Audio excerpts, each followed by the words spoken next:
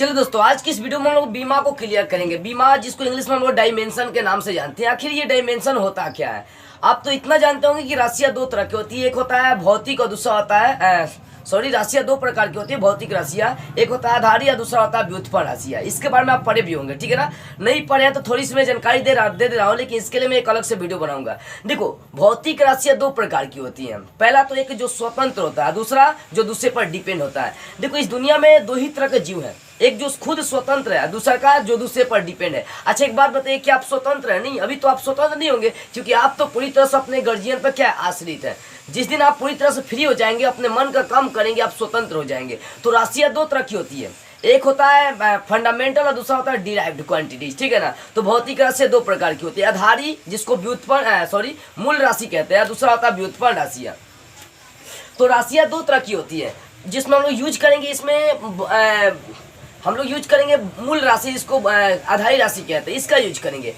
अब देखिए, बीमा को इंग्लिश में लोग डायमेंशन कहते हैं। क्या कहते हैं हम लोग? ये बहुत अहम टॉपिक पढ़ता है बीमा, ठीक है ना? ये मतलब हर एग्जाम में हो, चाहे कोई भी एग्जाम हो, आपका किसी बोर्ड एग्जाम हो, चाहे वो किसी कंपटीशन का एग्जाम हो, तो हर एग्जाम में बीमा का 1 से 2 नंबर का क्वेश्चन आता है, ठीक है ना? तो एकदम ध्यान से समझेंगे कि आखिर बीमा कैसे निकाली जाती है, डायमेंशन से आखिर क्या है और कैसे निकाली जाती है। देखो, डायमेंशन कोई बड़ी बात नहीं है। पहली बात ये समझो कि जो आधारी राशियां होती है, क्योंकि भौतिक राशियां दो प्रकार की होती है, जो फिजिकल क्वांटिटीज होती है वो दो प्रकार की होती है। पहला होता है फंडामेंटल क्वांटिटीज और दूसरा होता है डिराइव्ड क्वांटिटीज।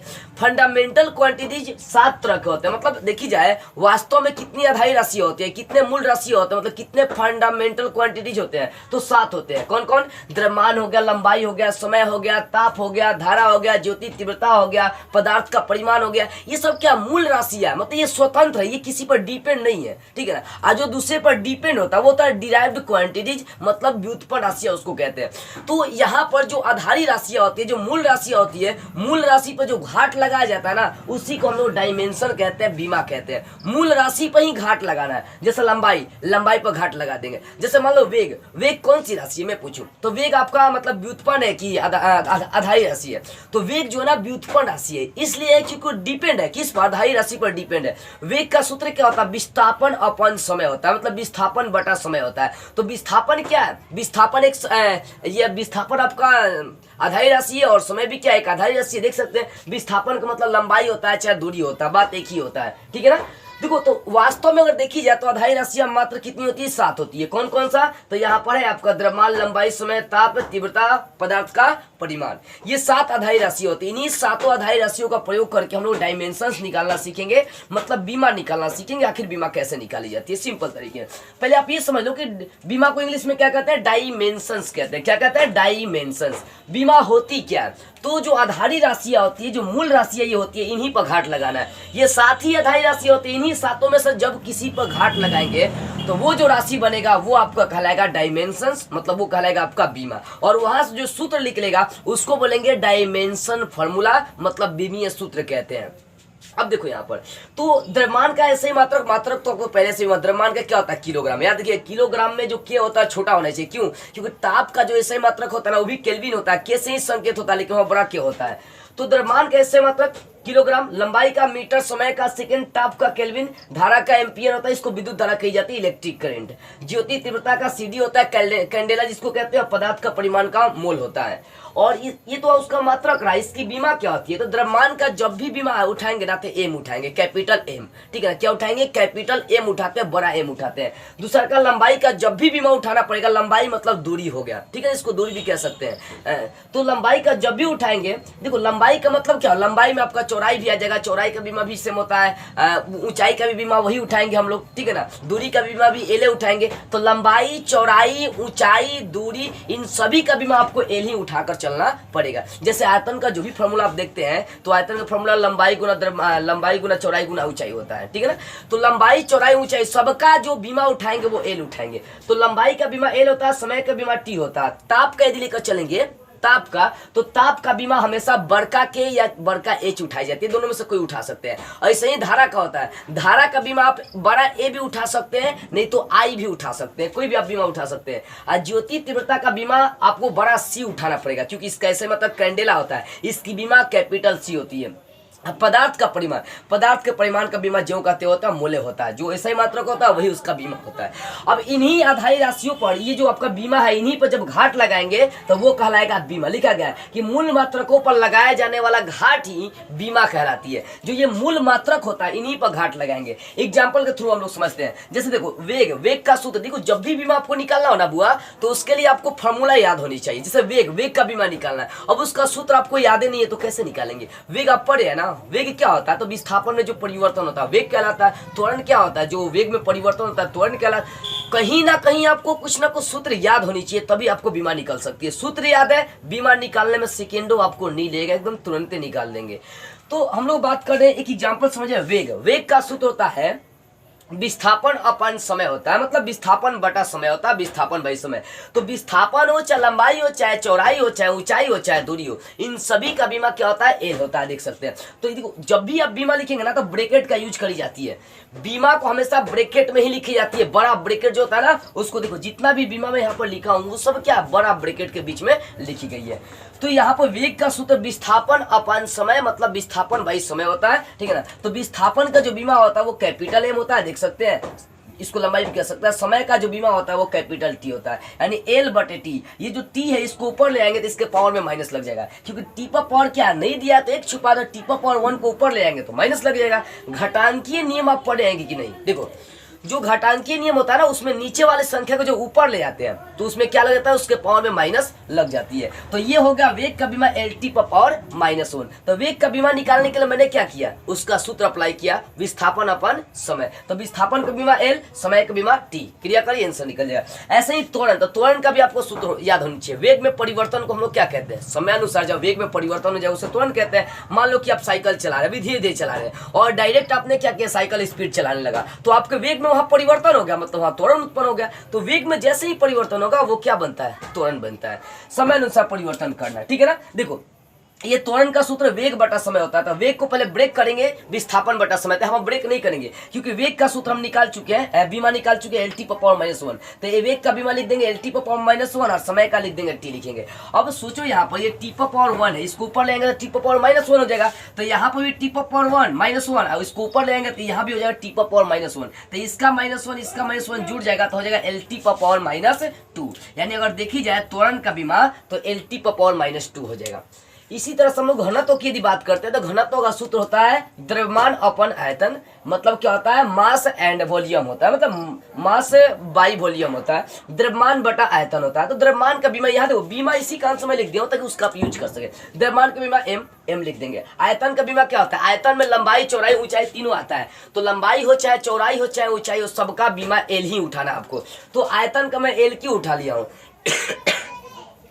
आयतन का मैं एल क्यू उठा लिया हूँ, इसलिए उठाया हूँ क्योंकि भाई उसमें लंबाई चौड़ाई ऊंचाई सब आएगा। तो तीनों को एक साथ ले लिया हूँ तो एल क्यू हो जाएगा। अब सोचो एल क्यू को ऊपर ले आएंगे तो उसके पावर में माइनस लग जाएगा। एल पर पावर 3 है तो ऊपर ले आएंगे तो एल पर पावर -3 हो जाएगा। ये घटांकीय नियम होता है, ठीक है ना। तो इस तरह से घनत्व का बीमा निकल गया एम एल पर पावर -3। बस कुछ नहीं करना, आप सूत्र लगाइए। सूत्र आपको याद है, बीमा भी आपको याद होनी चाहिए कि हाँ भाई द्रव्यमान का क्या होता है, लंबाई का क्या होता है, सूत्र ही नहीं, इसका बीमा ही नहीं याद होगा तो आपसे को क्वेश्चन और हिलबो नहीं करेगा। तो यहाँ घनत्व के निकालने के लिए इसका सूत्र लगा दिया द्रव्यमान अपन आयतन। ऐसे मान लो बल का हमें बीमा निकालनी है तो बल का सूत्र याद होनी चाहिए ना, क्या होता है द्रव्यमान गुना त्वरण। या जब मैं न्यूटन का तीनों गति नियम पढ़ा रहा था तो उस समय भी एक सूत्र प्राप्त किया था, F बराबर m है। तो m क्या था, वहां पर द्रव्यमान था, एक क्या था तो उसका त्वरण था। तो उस समय चर्चा में किया था बड़ी विस्तार से।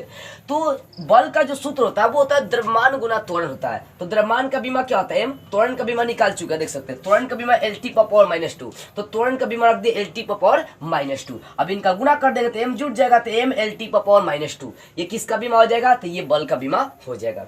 ऐसे अगर कार्य की देखते हैं, वर्क का हम लोग इसका बीमा देखते हैं डायमेंशंस, तो क्या हो जाएगा, देखो कार्य बराबर सूत्र क्या होता है पहले ये समझो। कार्य बराबर सूत्र होता है बल गुना दूरी, ठीक है ना। जितना बल लगा के जितना दूरी तय करेंगे, मतलब कुछ बल लगाकर जितना दूरी तय करते हैं वो क्या होता है, कार्य होता है। जैसे मान लो आप कपार पर बोझा ढो रहे हैं, तो भाई बोझा ढो रहे हैं तो बल लगा रहे हैं ना।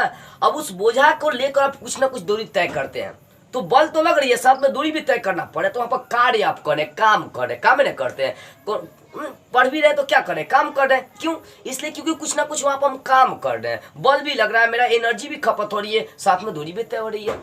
तो बल कार्य का सूत्र बल गुना दूरी होता है। बल का सूत्र यहाँ पर निकाल चुके हैं, बल का बीमा निकाल चुके हैं। तो M L T power minus two होता है और दूरी का तो एल होता है, पहले भी बता चुका हूँ। एल का गुना करेंगे एल स्क्वायर हो जाएगा, जो का तो M L square T power minus 2। अगर इसी तरह से एक अहम सूत्र की हम लोग बात करते हैं काइनेटिक एनर्जी। देखो गतिज ऊर्जा का आप नाम सुने होंगे, गतिज ऊर्जा और स्थितिज ऊर्जा। गतिज ऊर्जा क्या होती है? अपनी मतलब ना गति के कारण जो ऊर्जाएं निकलती है। स्थितिज ऊर्जा का मतलब क्या होता है? अपनी विरामावस्था के कारण जो ऊर्जा निकालता है। तो गतिज ऊर्जा का सूत्र होता है, आप सुने होंगे 1/2 गुना द्रव्यमान गुना वेग का स्क्वायर। इसको शॉर्ट में आप सुने होंगे 1/2 mv स्क्वायर। बहुत यूज करी जाती है बचपन से लेकर आपको हर एग्जाम में, किसी भी एग्जाम का जो आप तैयारी करते हैं उसमें गतिज ऊर्जा आपको जाननी पड़ती है। तो आपको ये मालूम होगा गतिज ऊर्जा का सूत्र 1/2 क्या होता है? 1/2 mv स्क्वायर होता है, जहाँ m क्या होता है? द्रव्यमान, v क्या होता है? वेग होता है। तो 1/2 अचर है। एक बात याद रखिएगा, अचर की कोई बीमा नहीं होती है। अचर मतलब संख्याएं, इसकी कोई बीमा नहीं होती है। तो 1/2 की कोई बीमा नहीं होती, इसको छोड़ देंगे। तो आते हैं द्रव्यमान, द्रव्यमान की बीमा m होती है। ये v स्क्वायर, v क्या है? तो वेग है। वेग का बीमा एल टी पावर माइनस 1 यहाँ पर निकाल चुके देख सकते हैं। तो एल टी पावर माइनस 1 इसका स्क्वायर था, तो स्क्वायर या m जोड़ देखो, या एल टी पावर क्या? एल टी पावर माइनस 1 का दी होल पावर 2 है, तो 2 से गुना कर देंगे एल स्क्वायर, यहाँ पर गुना करेंगे टी पावर माइनस 2 हो जाएगा, यानी m का सम उठा लेंगे m L square T power minus 2। ठीक है ना? तो इस तरह से गतिज ऊर्जा का भी बीमा निकल गया। अगर सोचो दाब का निकालना पड़े, तो दाब आप पढ़े है ना कि प्रति एकांक क्षेत्रफल में जो बल लगता है उसे प्रेशर कहते हैं, दाब कहते हैं। दाब का ऐसे मतलब आपको याद होगा कि दाब का ऐसे मतलब पास्कल होता है, जिसको पीए हम लोग कहते हैं।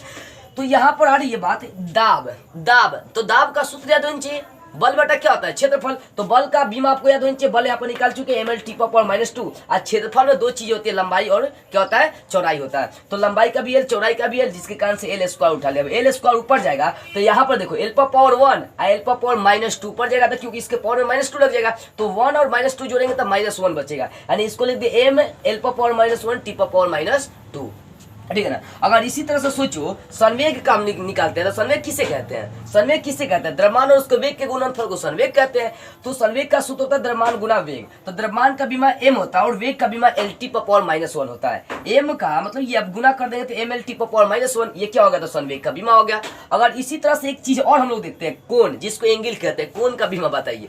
देखो बुआ, कोण क्या एक संख्यात्मक इकाई हो जाता है। कोण 90 डिग्री, 40 डिग्री, 50 डिग्री, ये नहीं होता है। आज संख्यात्मक का कोनो बीमा नहीं होता, मैं पहले ही आपको बता चुका हूँ।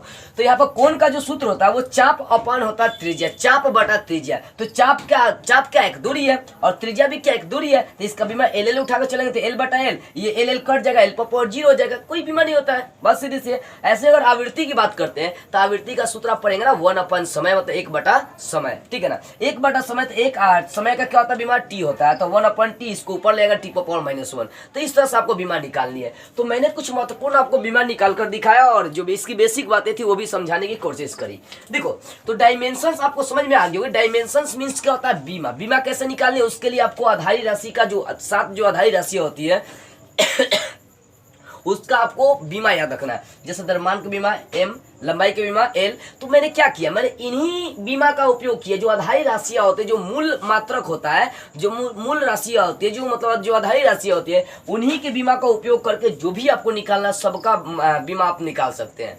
तो यहाँ देखिए ये क्या, मैं बीमा मूल मात्रक पर घाट लगा दे रहा हूँ तो बीमा कहला रही है। लेकिन ये सब जो सूत्र आपको प्राप्त हो रहा है, L T power minus 1, L T power minus 2, M L T power minus 3, ये सब क्या है? ये सब बीमीय सूत्र है। क्योंकि बीमा यूज करें तो जो सूत्र मेरे को मिल रहा है वो सब क्या है? तो बीमीय सूत्र है। तो मेरे तो आपको समझ में आ गई होगी डायमेंशंस क्या है। तो जो मात्रक होता है, जो मूल राशि होता है, जो आधारी राशि होती है, उन पर, उनके घाटों पर, मूल राशियों पर जो घाट लगाया जाता है उसी को बीमा कहते हैं। और वहां से जो सूत्र प्राप्त होती है उसे हम लोग बीमीय सूत्र कहते हैं। बीमा निकालने के लिए आपको जो मूल राशियां साथ होती है उसके बीमा का आपको यूज करना पड़ता है। बीमा निकालने के लिए आपको कम से कम सूत्र उसका याद होना चाहिए जिसका निकालना। मान लो बल का निकालना, तो बल का सूत्र होना चाहिए द्रव्यमान गुना त्वरण, आपको ये कम से कम याद होनी चाहिए, तब जाकर आप बीमा निकाल सकते हैं। चलिए आई होप बीमा की जो बेसिक बातें आपको समझ में आ गई होगी, क्योंकि एक बहुत अहम टॉपिक था ये, और हर तरह के एग्जाम में 2-4 नंबर का क्वेश्चन तो करेगा कि इसका बीमा क्या होता है, 4 ऑप्शन होता है। तो अंजादे तो आप मार ही नहीं सकते हैं कभी, क्योंकि भाई समझ में नहीं आएगा बीमा क्या है।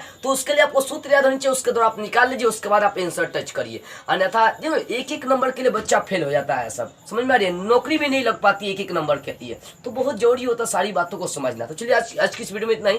अगले वीडियो में हम लोग एक नई टॉपिक को स्टार्ट करते हुए फिर मिलेंगे।